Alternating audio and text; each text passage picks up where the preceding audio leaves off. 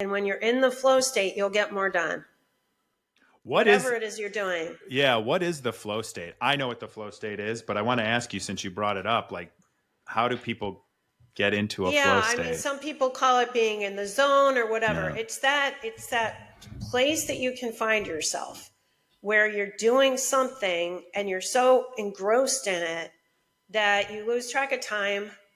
You're only working on that. You're focused on it. You tend to be more accurate, faster, all the rest, because you're only focused on that. And if you can train yourself to get into that state, you can get a heck of a lot more work done. Yeah. Than if you're trying to multitask. They say that one interruption takes away like 15 minutes of flow state. And by the way, our brains are designed through years and centuries probably of science and evolution that shows we're supposed to spend more time doing things. It is not healthy for us to have such short attention spans and have all these notifications popping up and all these screens and all of this stuff, that the text messages, the Slack chats, the emails, the personal emails, the group chats, the WhatsApps, the DMs on several social medias. It's not good. Well, and let me say, I'm glad you're bringing all of those things up, because the fact is that one of the things I tell everybody to do, first thing, again, low-hanging fruit, get rid of the notifications.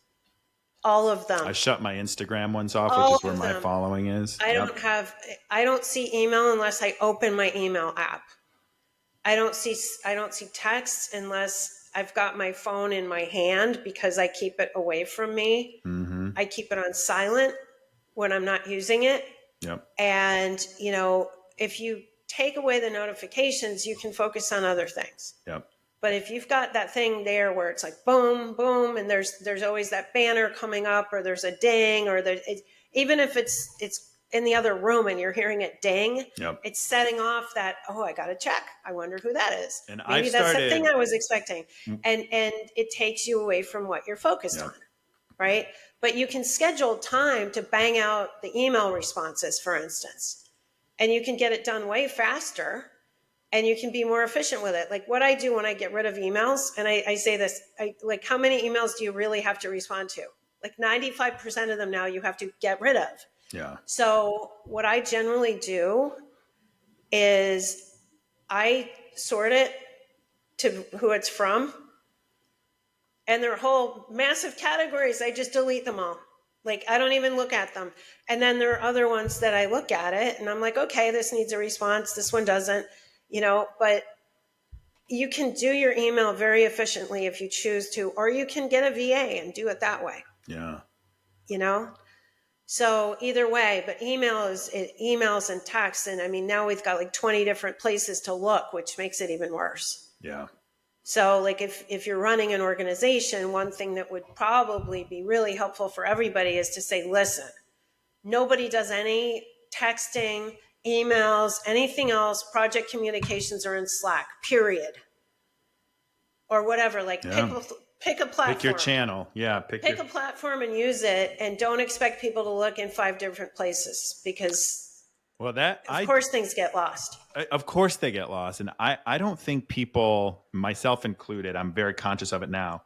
I don't think that people understand the brain chemistry of what's going on with this stuff, because it isn't just, there's like actual, and I had recently on a neuroscientist who talked about the damage of notifications. And we even talked about like porn and the notifications and the TikToks and all of these things that we're interacting with on the screen, and it's shrinking our brains. They're not functioning as well. And when you get a notification, you get a dopamine hit and you're not doing anything for it.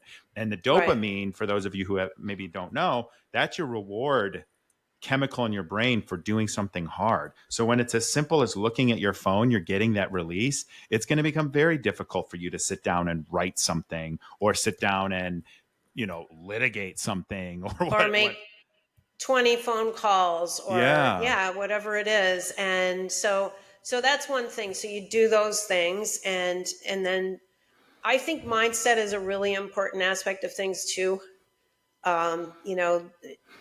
Having an optimistic view versus pessimistic, making the assumption that if somebody has done something that their intention was probably good, and not dwelling on, oh, that person said this thing and it hurt my feelings or whatever, right? And I used to be the person who took things very personally. Yeah. I learned not to be that way, and it took years for me to learn that. Yeah. But when you're the person who takes things personally like that, it can really, you ruminate on it, and that can really make things hard. And it is a huge waste of time and bandwidth. Huge. Totally. Massive waste of time. And I have found so much peace probably over the last 10 years from one experience with a coworker who everyone was annoyed by. And this person could be annoying. I will agree with that. But I realized like she wasn't trying to be annoying. She was actually like a well-intentioned person. And sometimes that would get lost in translation. And so I realized at that point that if I can judge someone based on their intentions and not their actions, and that doesn't mean I have to accept or be best friends with them, like you still keep your boundaries. But if you can judge people based on their intentions, you are freeing yourself from so much stuff. And I'm still learning the subtle art of not giving an F, which is what you're kind of talking about. Like, I don't care. Sort of, but it's yes and no. But I think it really is important to be kind to other people and to make an effort to not be the one who comes across like you're mean to somebody because you just were short with them. Yeah. If you can be kind and you can be gracious and you can compliment people when they do a good job and make them feel like they're an important part of the team and give them real responsibility. And this is another piece of bending time. One of the biggest problems a lot of people have is hyper-independence. It's thinking that they can do it better than anybody else and nobody else should be doing the thing. Well, if you're building a team and you think you're the only one who can do it and you're paying, why are you paying staff at all, first of all?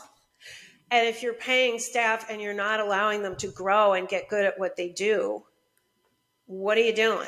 Right? Dictating. Because you're wasting your money, you're wasting your time, and you're creating a really crappy environment for everybody who works with you. Yeah. Because nobody feels good if they've been hired to do something and then they're being micromanaged. Or they're not getting to do the good part of the work. They only get the crummy part of it that their boss doesn't want to handle. Yeah. Yeah. Yeah. So, and when you get to that point where you have staff who you've trained or you have coworkers who are independent, standalone professionals who can do their job, then you can go on vacation and not worry about that everything's going to fall apart when you're gone. And you can count on the fact that you've got 3 people who all know how to do something. And so if one of them gets sick or if one of them isn't there, you've always got somebody who can pick up the slack. Yeah. But that doesn't happen without intention. That's very well said. And that's part of making time work best for you too, because you're wasting your time if you're doing somebody's job who ought to be doing their own job. Thank you for listening to this clip from the full episode of Eyes Wide Open. Please like and subscribe for daily clips and new episodes that drop every Tuesday. I appreciate you.